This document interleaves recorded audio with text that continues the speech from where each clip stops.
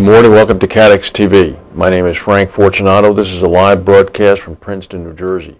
Today is Monday, November 23rd, 2009. It's 11:30 a.m. Eastern Standard Time in the U.S. It's 4:30 p.m. in London, 12:30 p.m. in Bermuda, and Mexico City is 10:30 a.m. If you need to reach us during the broadcast, you can phone in toll-free at 1-866-67-CATEX. Overseas, our AOL instant mail address is CATEX-TV. On this day in history, in 1980, a series of earthquakes in southern Italy killed over 2,600 people. We have two stories that came in after the issue was put to rest. Sales of existing U.S. homes increased more than forecast during the month of October.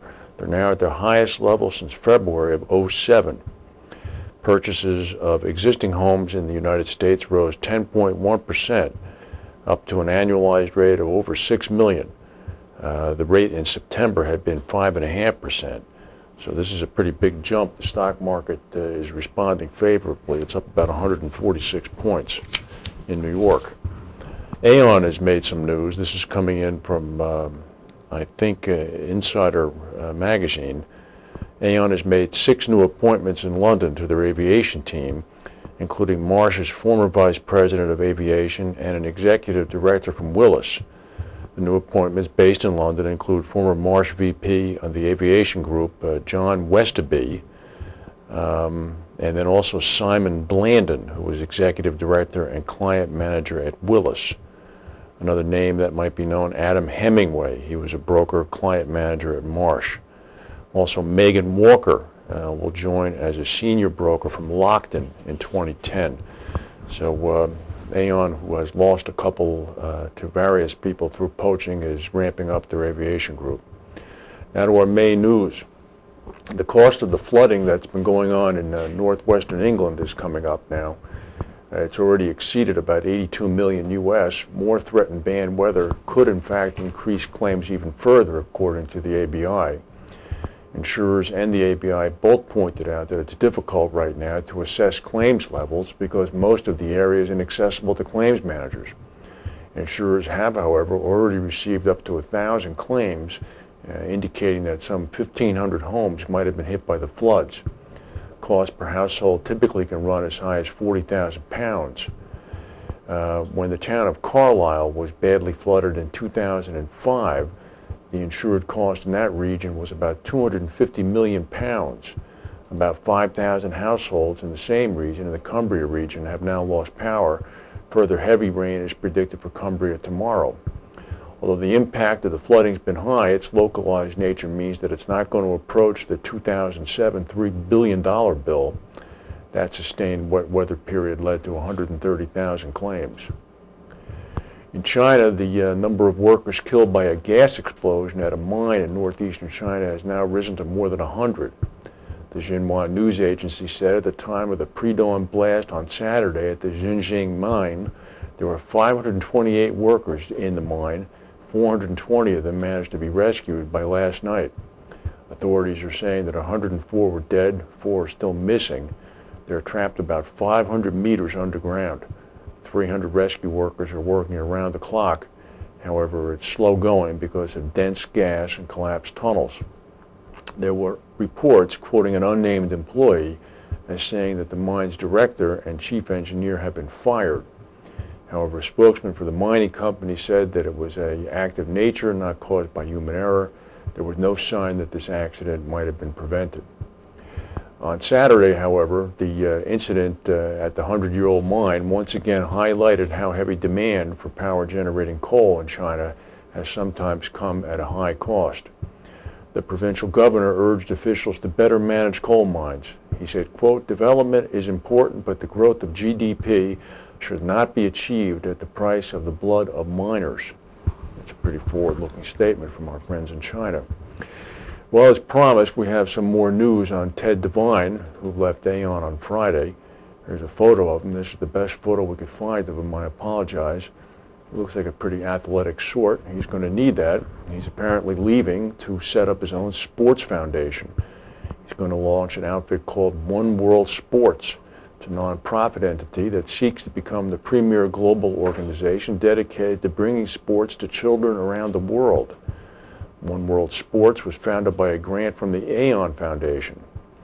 It's going to host sports-related mentoring, training events. It's going to encourage as many children as possible to participate in sports, and will teach life lessons of teamwork, nutrition, academic importance, and health.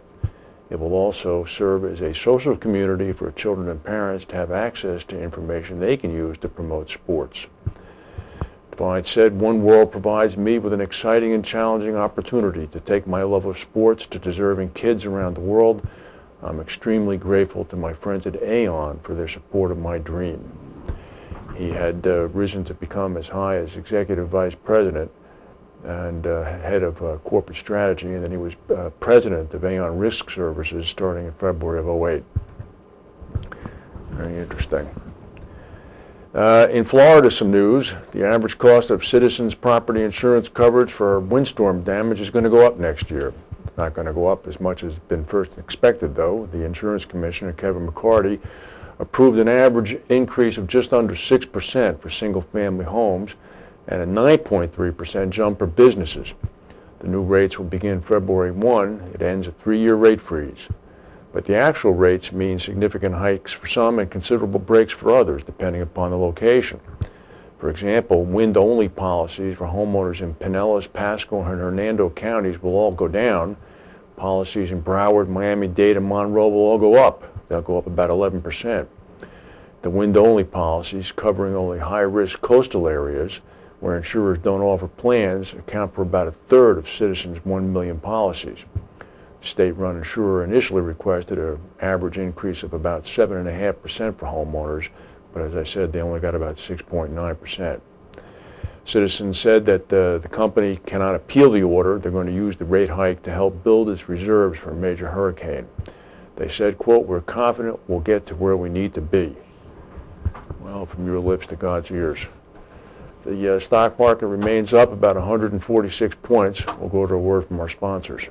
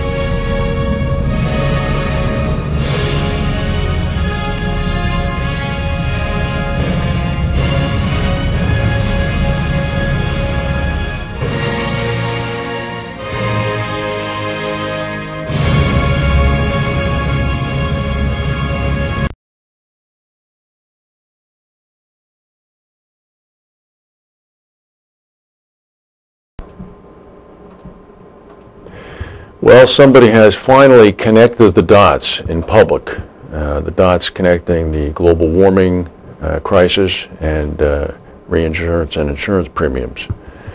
Allianz, Europe's biggest insurer, and the World Wildlife Federation said that climate change is pushing the world closer to temperature thresholds that could unleash devastating environmental, social, and economic changes. According to a WWF report, the impact of surpassing those temperature thresholds on people as well as economic assets have been underestimated so far. That report was released 2 weeks ahead of the December 7th United Nations Climate